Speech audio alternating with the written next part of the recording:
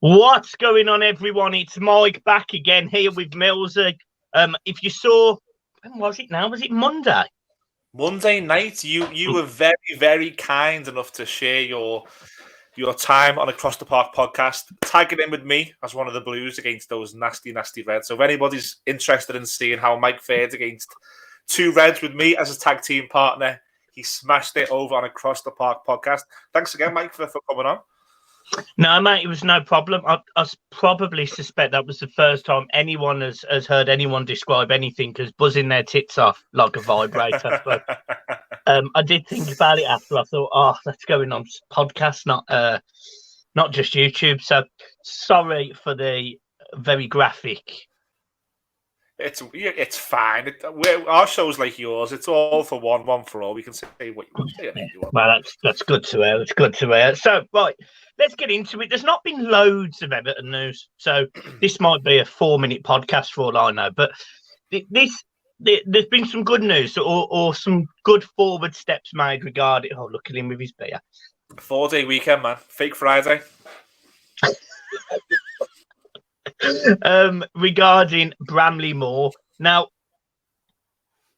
I'm not going to sit here and pretend to be the most logistically understanding person of business in this sense, but if we're fixing the cost now, based on how everything seems to be perceived and that everything seems to be going up, it seems like a very, very good deal for Everton. It seems to be that more information we expect to come out, but at least everything appears to be fixed. And we can say, well, you know, we know this stadium is going to cost X amount of millions and it's not going to go over, for example. What's your thoughts on it, Mills? It seems like sound business sense to me. I know Tottenham had a situation, didn't they, where, you know, at least a couple of times through their construction that they were hit with you know, certain parameters moving and varying. It looks like at this juncture for Everton that we've settled on some sort of set financial sense where we know we're going to be in year one. We know we're going to be at the end of year two, and hopefully the stadium is going to be, going to be ready.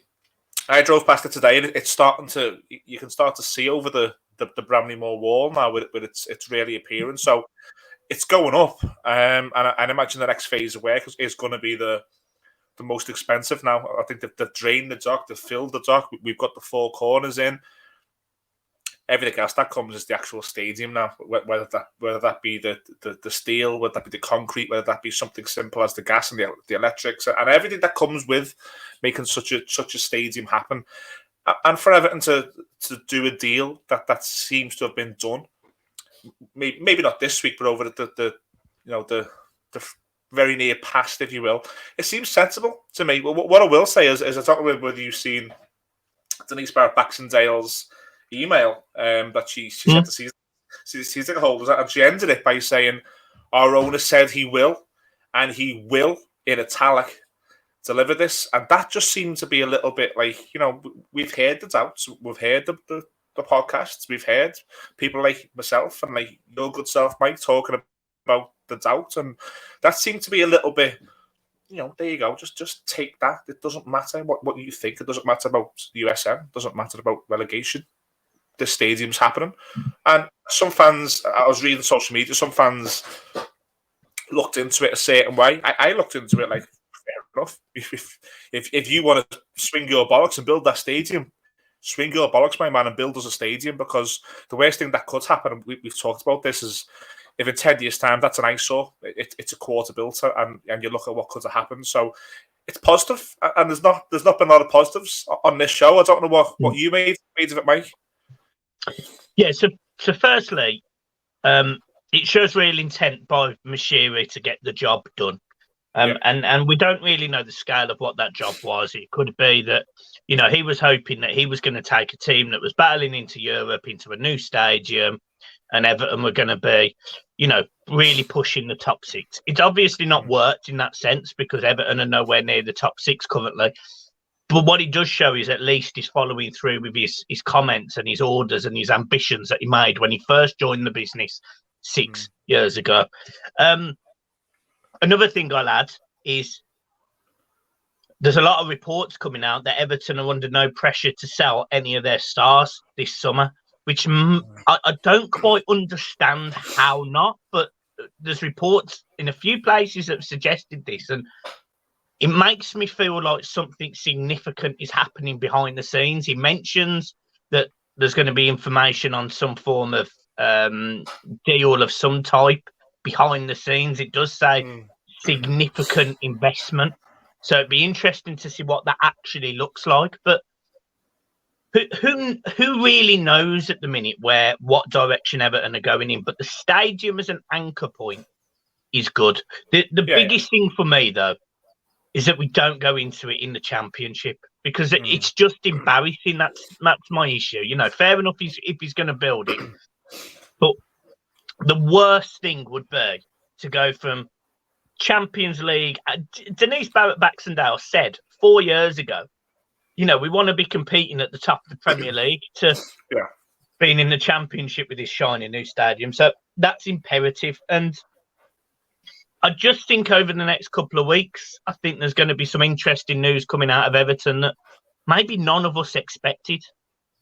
Look, maybe, but you could argue that at the moment, with the owner that we have now, who we are heavily reliant on his finances, and it looks like, based on the reports this week, that there was no mention of funding, which leads me to believe that it's him again. You could argue that we already have a significant investor in the club, and I don't know if another one comes in. Does that do anything to FFP? It's not bringing in the revenue that will allow us to go and do what we want to do. And you're absolutely right when you refer to being in a Championship, which is still unfortunately a very, very real possibility. Now, we don't want to think of ourselves as a club like this. I certainly don't, and I completely understand why others don't. But that stadium is going to bring in people who will buy corporate lounges, who aren't Evertonians, who will entertain clients. There's plenty of businesses which is a mile and a half away from that stadium in Liverpool City Centre, which are owned by very rich businessmen who would love nothing more than to entertain potential sponsors and stuff at Everton's new stadium when they play Liverpool, or when they play in a European game, or when they play Manchester City or Manchester United, or when they play an FA Cup quarter-final. Not so much Everton play Preston at home in October. So, and that's where this investment is going to come from. Yes, I think we'll sell a record number of season tickets. Yes, I do actually think the capacity is a little bit too small. I also think that, apart from maybe the odd game and the odd cup game, it will be sold out each week. But there's plenty of corporate there, and I certainly can't afford corporate. I know lots of Evertonians who can't afford corporate, lots who can. Fair enough. So a lot of that commercial and that corporate income is going to come from people who aren't Evertonians, and do you sell them in the Championship? I'm not so sure. Not so sure. Yeah, it was just interesting. I've just been reading on a few things just as we've been sort of going, and it was some comments made by Adam Jones. It was essentially said that there could be something with investors, and I just think it'll be interesting to see. But it will be interesting to see what that means. Whether it's a deal on the funding for the stadium, maybe a sponsorship deal, because we're pulling away from our sponsors on our shirt. We haven't got a sleeve sponsor. And nothing is sort of being made around it. It kind of leads me to suggest that whatever this sponsorship deal is externally could be massive. There's lots to sponsor. I said there's the little things like the shared sleeve. There's the big things like the naming rights on the stadium. There's also the naming rights of the training grounds. That's no longer USM Finch Farm. That's up for grabs. And if you want to be clever and you want to get someone to name your training ground, which other clubs have done, great. There's the shirt sponsor. There's multiple advertising boards available at the ground now because USM isn't on there. Megafon's not on the grounds anymore. So I think you're right in looking for positives in that it may not be this news that's coming, or we think that's coming, may not be Farhad Bashiri selling some shares. It may be a massive sponsorship deal, which will incorporate a number of things. And if that happens and it's clean, and it's significant investment into you can get past these FFB. You can say that this is not my cousin this is not my cousin's new fella who's doing this. This is a legitimate business who want to name our stadium and name our training ground, and they want to put their sister's company on our shirts. Could be massive, and it makes you smile at the thought of maybe we do get out of this season alive, and there's better days ahead. Yeah, it does make you look. I will never forgive the Everton board for this season, never, and irrespective of what happens to us, I won't. But as long as Everton can stay up, I feel like this genuinely could be a turning point if there is some form of deal in place that helps us with financial fair play, that helps us with the stadium. I think it could be massive, and I'm hoping that I am reading this thing and being positive about something, because let's be honest, we haven't been positive about things to do with Everton since probably October, September. We've really struggled this season for positive. So it would just be nice that we could go into next season a Premier League club. Yes, maybe not spend as heavily as we have done in the past, but maybe get rid of some of these players and bring in some, but on a more moderate basis without blowing the bank on it all. I think that would be really positive. I think that would be a good way to build for the start of the season. And if you offered me next season anywhere between 10th and 14th, I'd probably take it, because it's a building stone. It's above where we'd finish this season. So that's my hope, Millsy. That's a genuine hope. It's just a hope that we've learnt our lessons. We try and come out of this, because let's be honest, although we are 4 points ahead of Burnley on the same amount of games, I still don't feel like it's concrete because of the games we've got. So it's massive, mate. It's massive. I think Sunday and our next home game could be massive, because we play Leicester at Goodison Park, and Burnley are away at West Ham on Sunday. And look, we've seen this season already, haven't we? We've played West Ham twice and got beat. They've done that to better teams than us this season. You've just got to hope that, I know Europa League is happening right now. You've just got to hope that West Ham don't take their eye off the ball, and maybe Moyes, who historically hasn't, when Moyes has had good cup runs, he's took his eye off the league a little bit, and he's plans for cup games. You've got to really hope that doesn't happen, because it would be very David Moyes, wouldn't it, to take his eye off the ball and get some 1-0 in a home game before a big cup game, and then all's forgiven because they go through in the cup, or they put a spirited performance in the cup. It's horrible to be relying on others. I was sitting there on Sunday, and I blocked out 2 hours of my entire weekend to watch Norwich versus Burnley. It's not something that it's a good game, wasn't it? It was a fantastic game. I was very happy at the end of it. I just wish the follow-up game would have been a little bit better. But yeah. So again, on Sunday, I'm blocking out time. I'm sure people watching this are going to have an eye on West Ham Burnley, and it's not a nice way. It's not a nice way to be. But just going back to what you're saying there in relation to change, and maybe this season will, if we can get through this season, we will see the winds of change.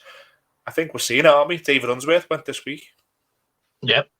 Yeah, I did want to touch on that. You've actually hit the perfect timing for it. Okay. David Unsworth, as I'm going to say apparently, because I think it's best we say apparently, because we don't know. But apparently, the official line is David Unsworth has left Everton Football Club to be ambitious, to go and be. Okay, to be ambitious. Let's just roll reverse it now. It's the Mike and Millsy show. Let me ask you, first of all, what do you think of this? Has this been something you've been hoping for, wanting? Is this something you're not too sure about, because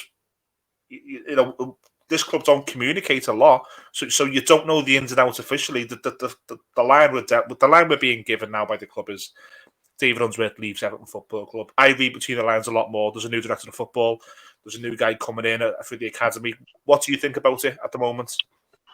So I think the timing of it is quite interesting. And I also think with the new director of football, or the director of operations in place, I find it interesting as well. I think Unsworth I think it's fair to say he's underachieved this season with the under-23s. I think they're currently sitting 8th or 9th in their league. It's nowhere near where it usually is in comparison. And you would argue that they're usually around the top 1, 2, 3 places, but that's because they usually have a smidgen of first-team players. Umar Nias playing for them for 20-odd games a season, etc. But I've made this point before. If it genuinely is a case that he wants to go and get managerial positions at a League One club, a Championship club, a League Two club, and he wants to cut his cloth accordingly and get that experience, great. What surprises me is the fact that David Unsworth hasn't been linked with any jobs. So that's why I don't feel like it's that. I feel like Why now? And that's why I genuinely think it's a case of this summer is significant change. I don't necessarily think they'll bring in anyone different. I think they might give the role to Duncan on a permanent basis for, at the very least, the moment. And I think Lampard may look next season to use Duncan as that mechanism between the under-23s and the first team, or it's just a complete rebuild of the strategy at Everton. But either way, I do not think Unsworth is at Everton because of his ambition. I think it is a case of there's change needed at the club, and he was identified as one of them changes. Yeah, and it's a shame, isn't it? Because when he did sort of take over from Alan Stubbs and David Weir, that there was signs there. I remember when Tom Davis and Kieran Dowell were breaking through just at the end of Roberto Martinez and the start of Ronald Koeman. Brendan Galloway, albeit purchased, was breaking through. Dominic Calvert-Lewin, albeit purchased, was breaking through. And there were signs there that, and there was even before Koeman's bad run, there was people saying, the next Everton manager is going to be David Unsworth. So it's a shame. He's not really leaving a legacy, is he? And when you brought him in, and we've seen players come through, and possibly that caretaker role in 2017 took a lot out of him. Maybe part of that is where he's then looked at that and said, "I'm never going to get another crack at this unless I do bring another batch of players through." 5 years later, he hasn't. We've got Anthony Gordon. Is that good enough in 5 years? Absolutely not. Especially for a team who last summer couldn't get rid of players fast enough. We had to really at that point look down and say, we need 3 or 4. Who's ready? And there was one. And that one has already been part of it, albeit, very bit part. So as legacy for me as a coach isn't there, and that's a shame because there was high hopes from me when he had a fair seen what he was doing down there with the 23s. Yeah, and look, all you can do is wish him the best of luck, no matter what next role he takes. It will be interesting to see what happens with him, because if it is ambition, he will take a job imminently. I would have thought so. If he's walked into that office and gone, "I'm leaving because I want a new job," it doesn't make sense to not have one lined up. That isn't just the way life works, is it? You'd only leave your current employer if you've got another one lined up, unless you're really ballsy and hate the place. Yeah. So that's, I don't know, interesting. I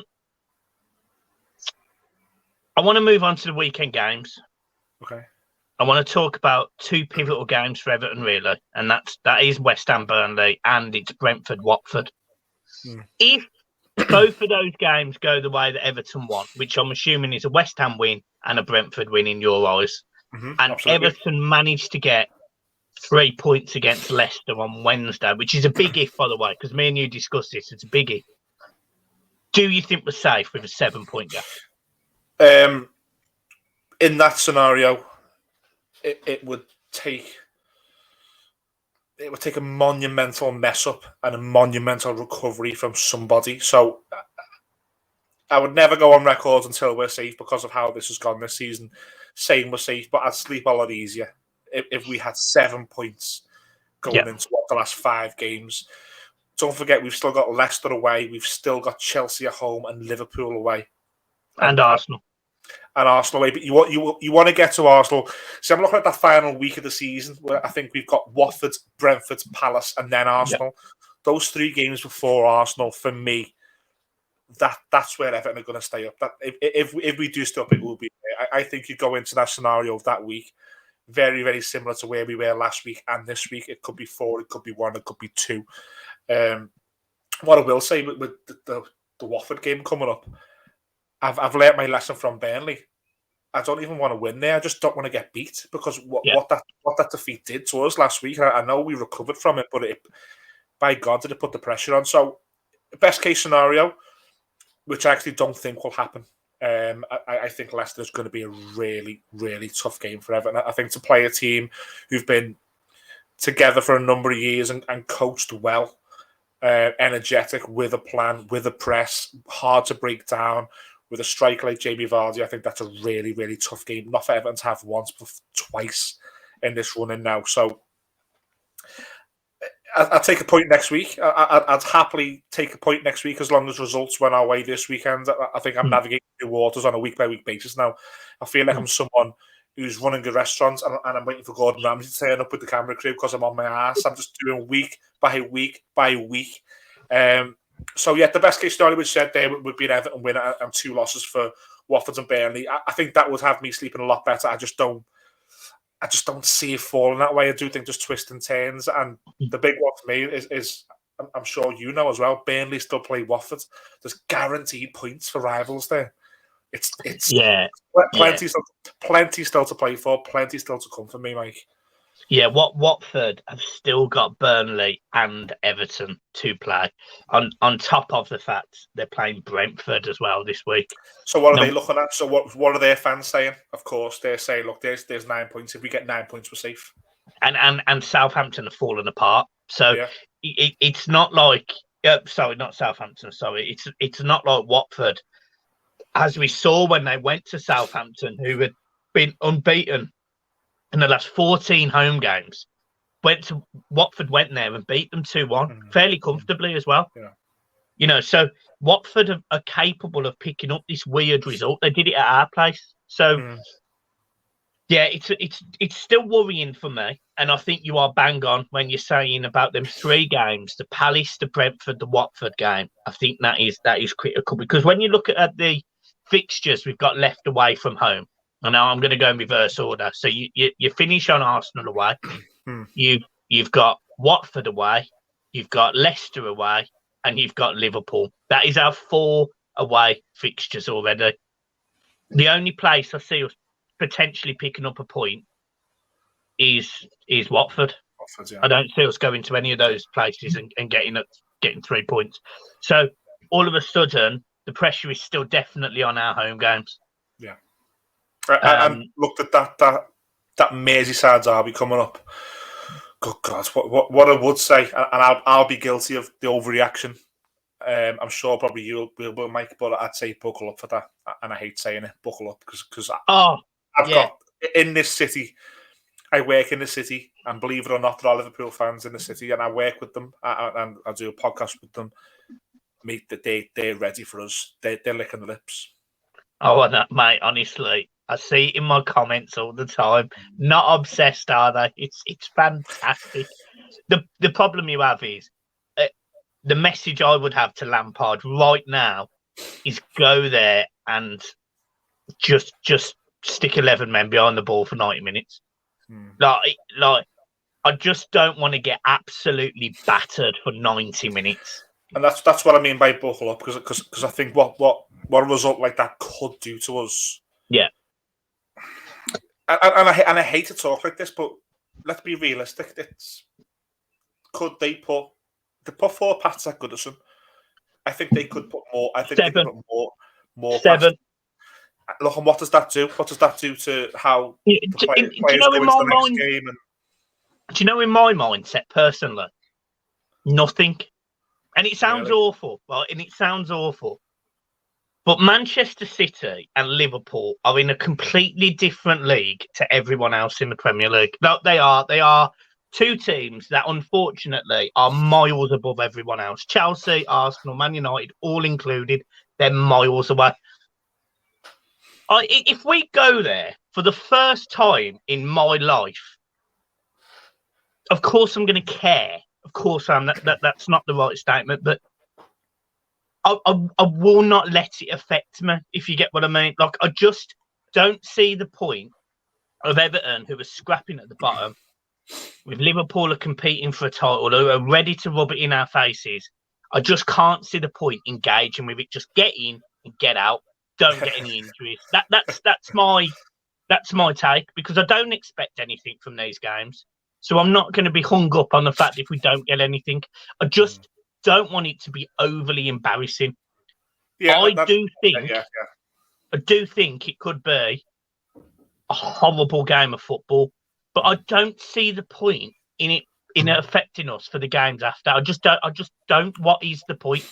It depends. If Michael Keane makes 3 mistakes and the fans turn, if the manager makes wrong tactical decisions and the media highlights it, that's what I mean by that. The fallout can be a little bit, if there's players perceived to be not running and trying, and we've seen that before. I think the last time we went to Anfield and played really, really badly, apart from the time the fucking Rugrats done us, was Silva's last game, and we got beat 5-2, didn't we? And there was a perceived lack of effort there. Those players, we know this group of players that threw the towel in on that manager.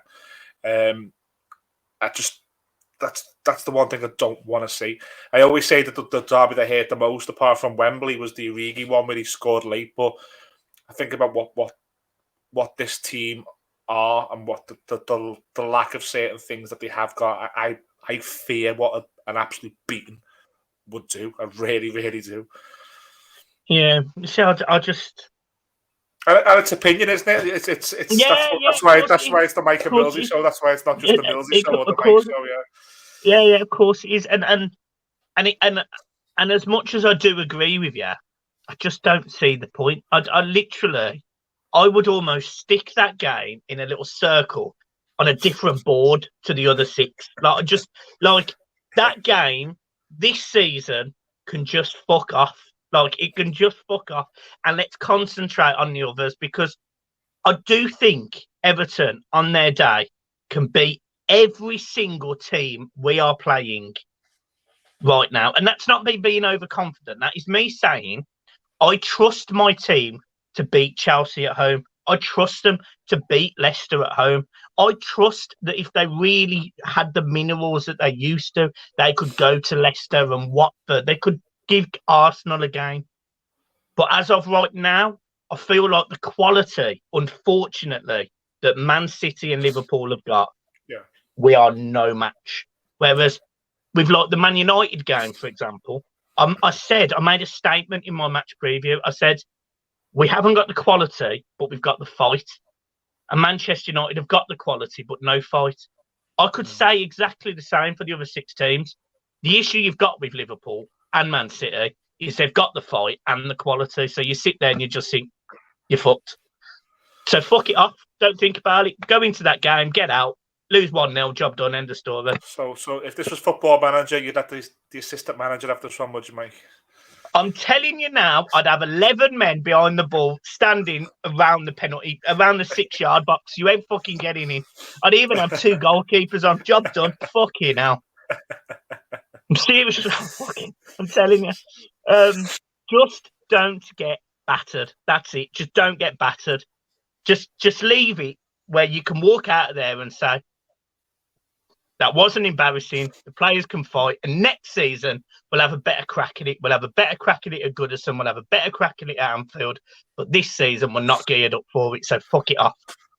Oh, I'm dreading it, mate. I'm dreading it. It's the worst timing to have this game. I'd rather them have just done us in August and December. Again, is it the worst timing? And I'm going to explain why. We've just beat Man United. If we put in a decent showing against Leicester and get 3 points. Big fucking if. But if we do, you'd like to think that Everton go to Anfield with just a little bounce in their step, just a little. Do you know what? We're not expecting loads here, but we know you won't paste us. Mate, I am digging the positivity. I really, really am.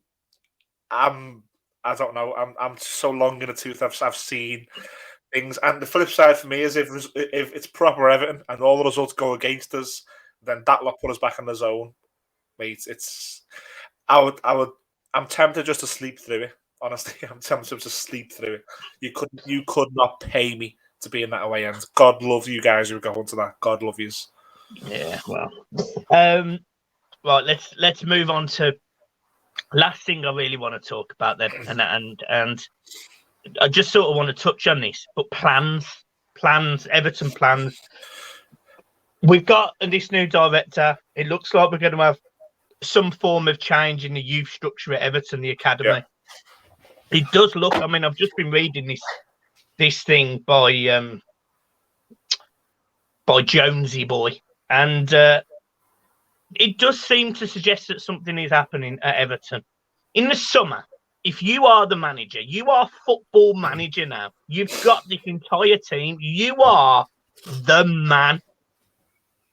They call you boss. Richarlison calls you boss, Melzy. Mate, they better fucking run. If I came in there, there'd be some hidings being dished out. So, what are you doing this summer? What are you doing?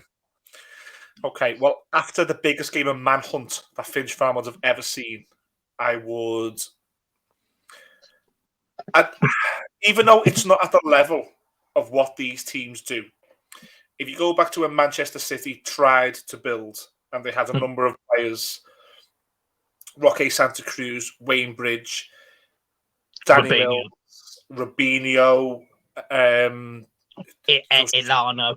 Adebayor, they looked at those players and said, you are not worth the money that we're paying for you, and we want to go higher.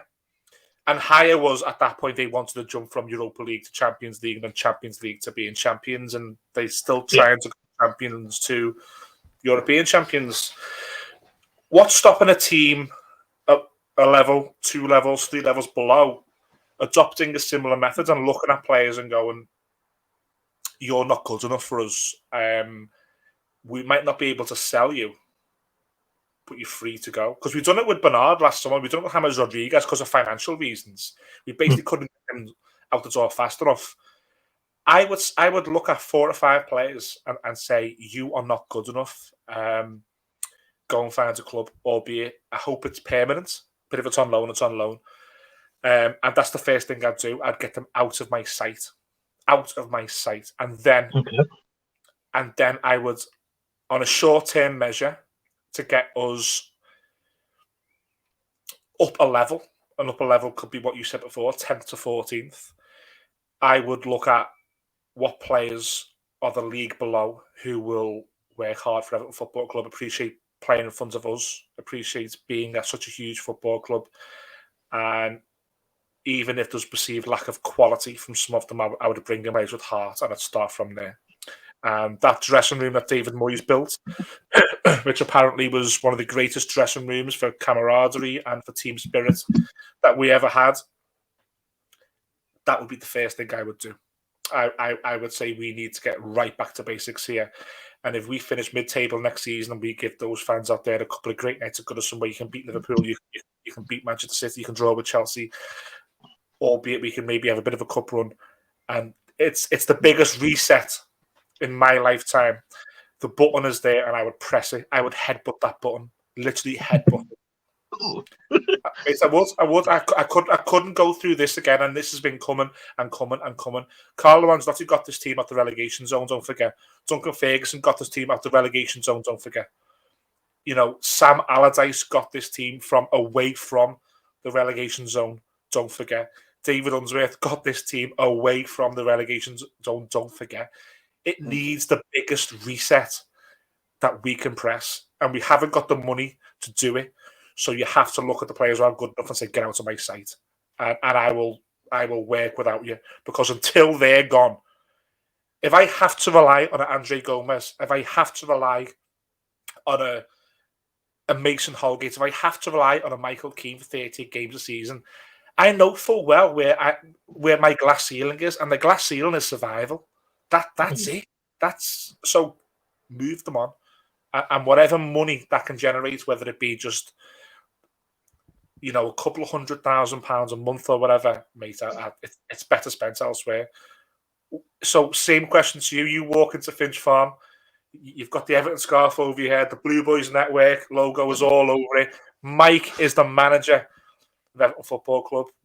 Where do you start? What do you do? Well, firstly, you bang on. You get the characters out that you don't want near your dressing room, and these are the players that are lax about playing for Everton Football Club. These are the people where this is just a job. And look, that isn't a criticism either, because a lot of people in life, in any walk of life, in any job that they do, sometimes it's just a job. Just a job, 9 to 5, an office job or whatever. It's just the same. But they're not going to carry your business and drive it forward. And that's what you need. So you need players who are hungry, ambitious, and aggressive. You know, I make a statement, and I made this in my proper job, you know, away. And you've not got a proper job, you celebrity. You've not got a proper job.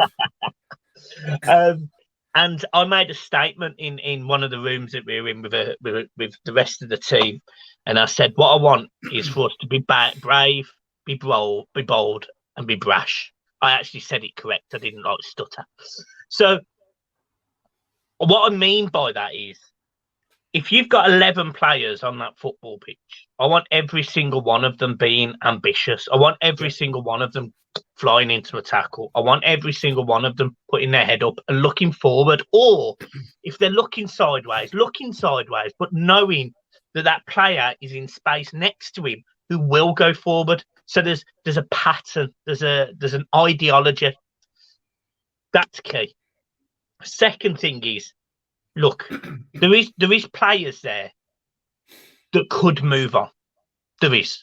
You know, there's links with players abroad. It wouldn't surprise me if somebody like a Valencia would come in for an Andre Gomez. Give me £6 million for it. Just get him out of the way.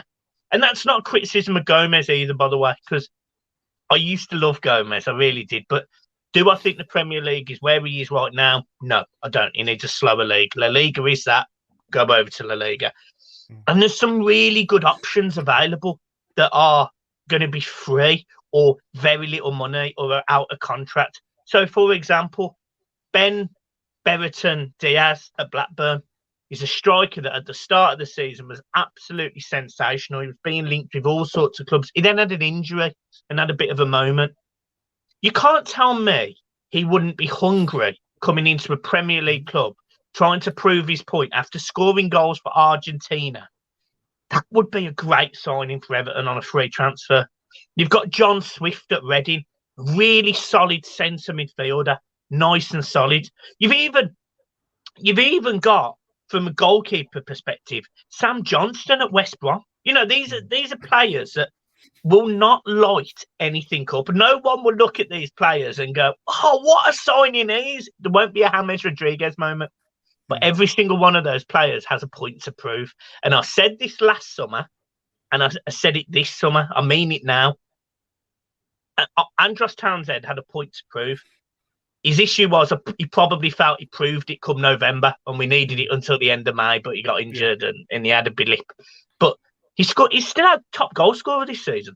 Sad, hasn't he? No, you know, Damari Gray had a point to prove. He was finished at Leicester. Went to where did he go? Germany. Didn't cut it. £1.5 million. Comes into the Premier League, scores 6 goals in 10 games or something for Everton.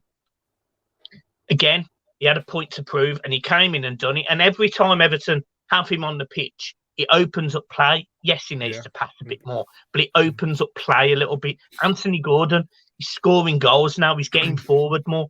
So these younger, hungry players, these Richarlisons, this Damari Grays, these Anthony Gordons, it's really exciting for our future.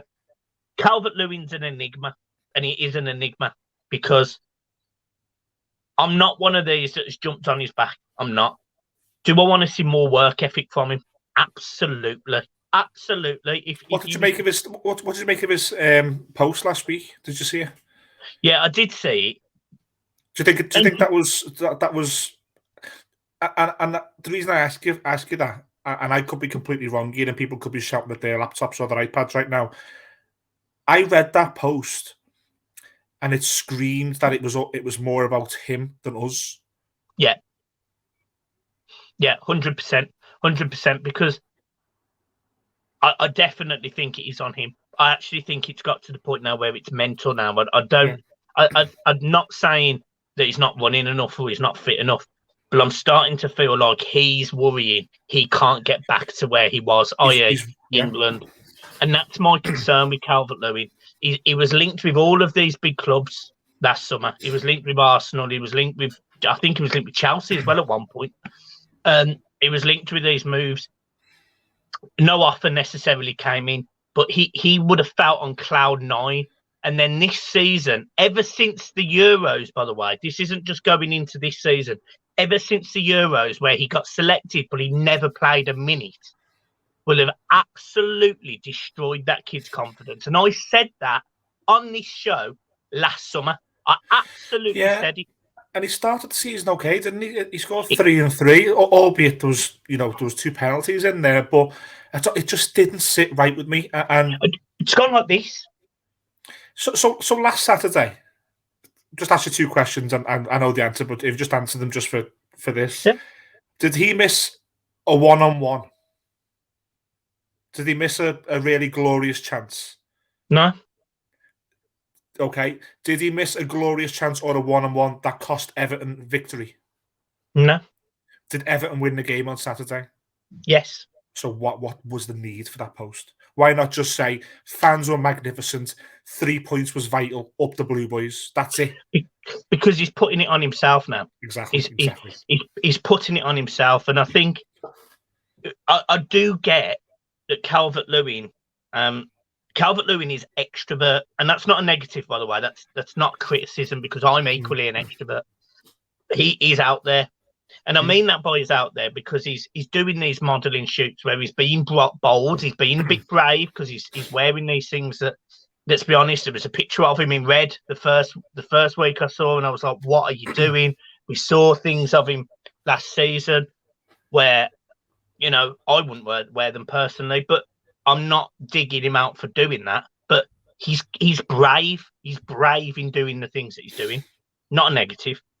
But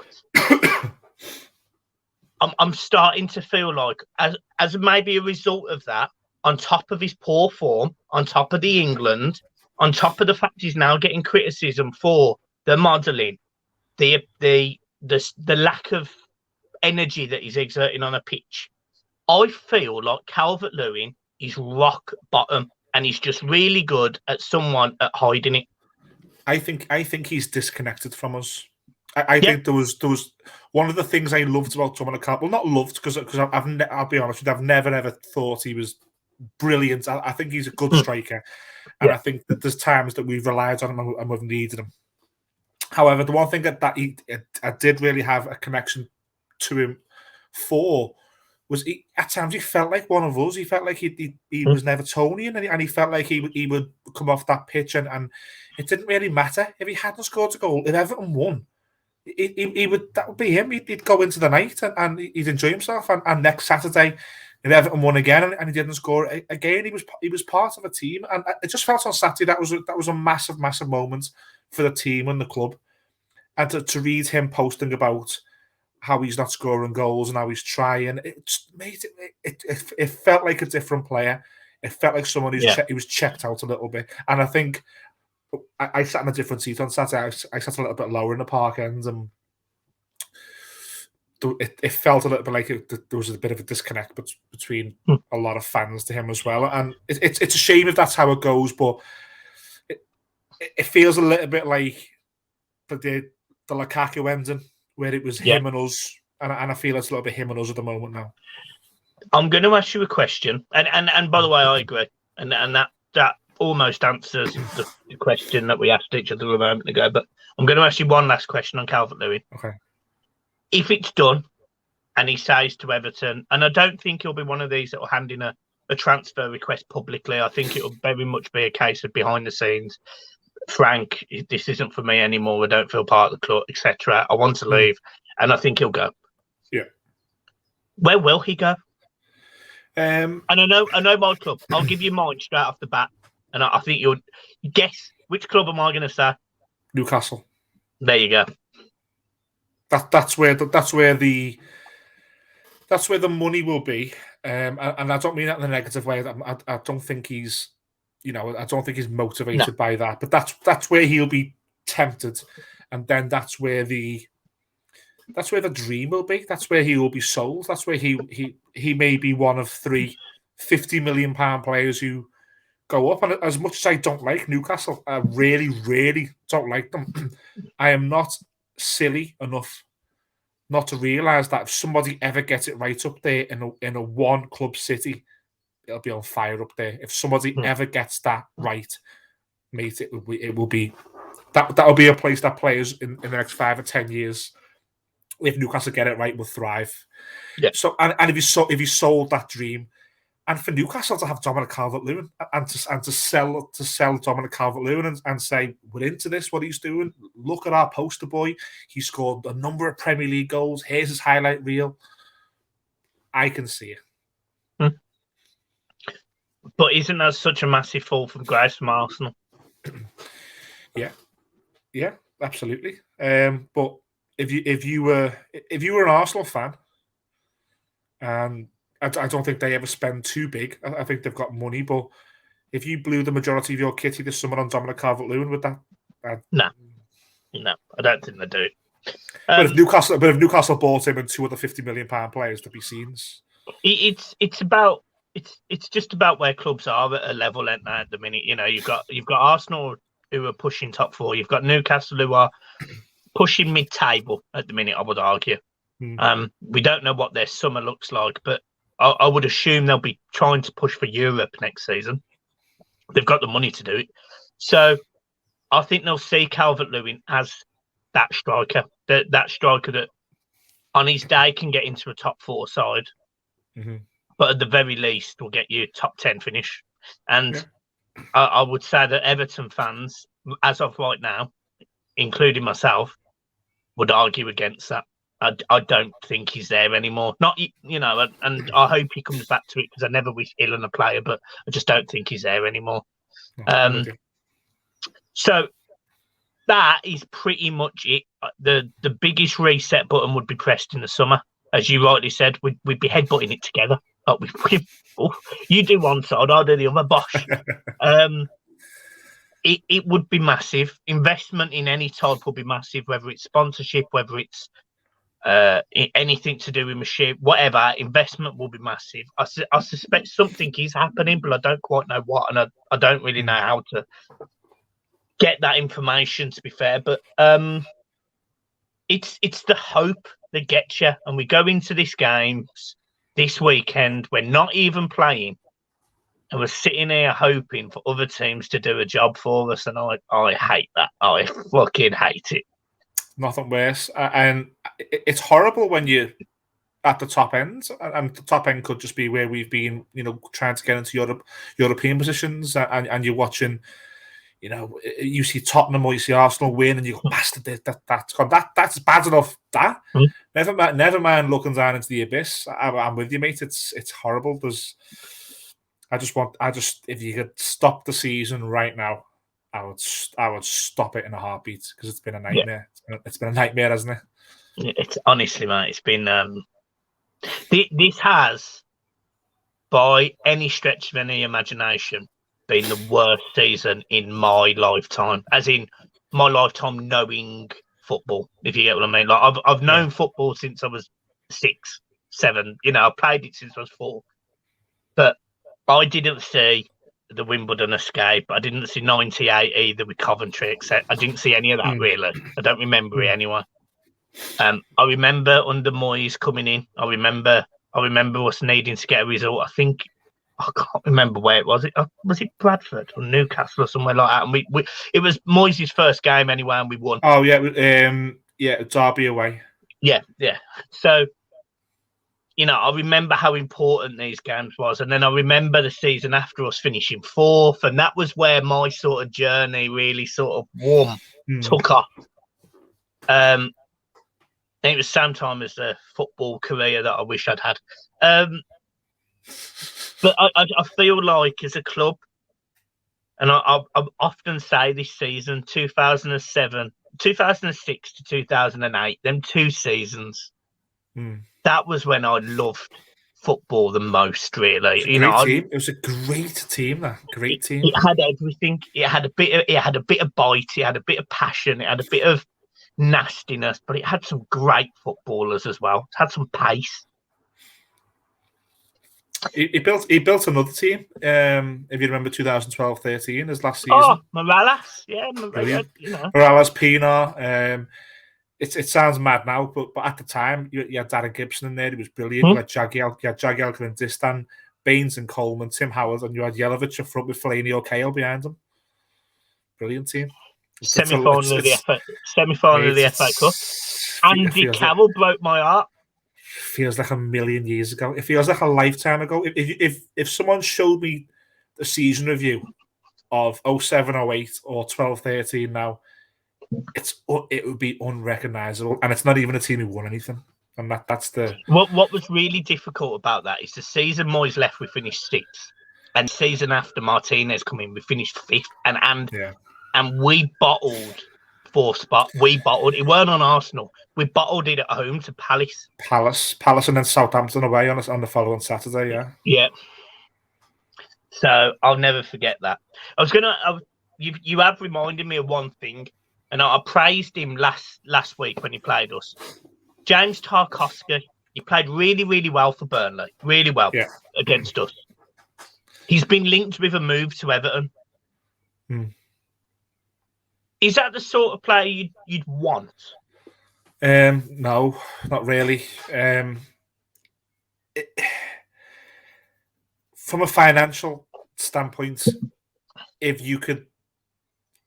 somebody, i.e. a Newcastle, or i.e. somebody who comes up, a West Brom or whatever, want to give you some money for Michael Keane, and you could get James Tarkowski in, okay, you're probably no worse off. But if you lose Yerry Mina and bring Tarkowski in, I don't know. I think he would have to come in as third choice centre half in a deal where us as fans could look and go, okay, it makes financial sense.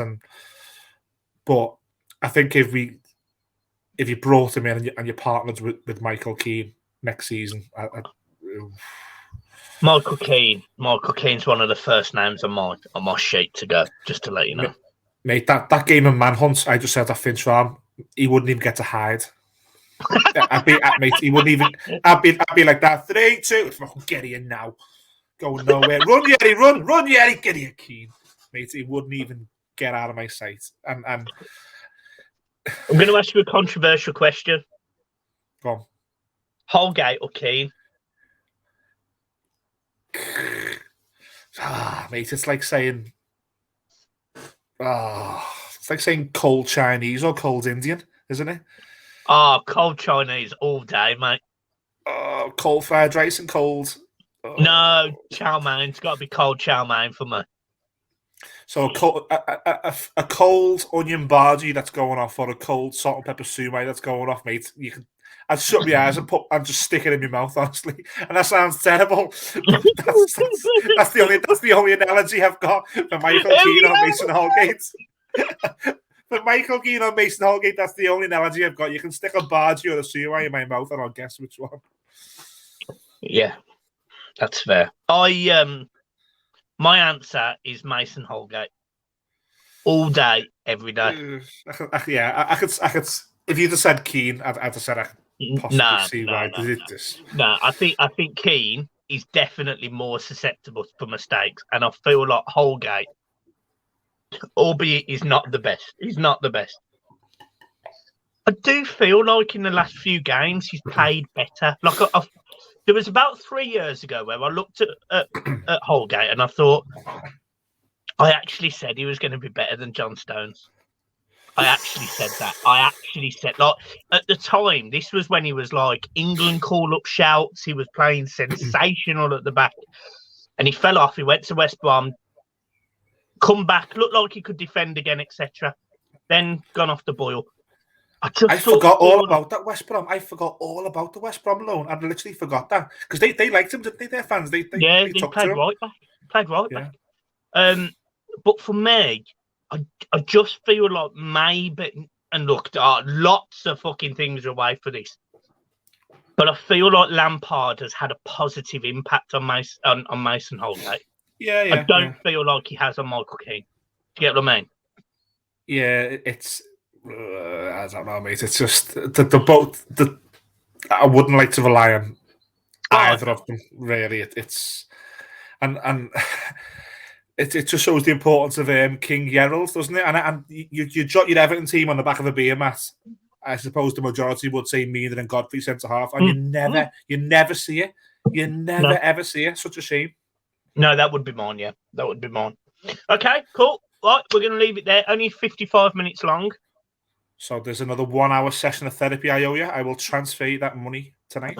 No worries. Well, you'll see me on Across the Park at some point as well, won't you? You know, I feel like this might end up becoming a regular thing as long as I don't talk about vibrators. I can see it now. You are welcome on anytime, my man. Judgy stepped away, as you say, or whatever he's doing, and I could just see Fat Mike coming in.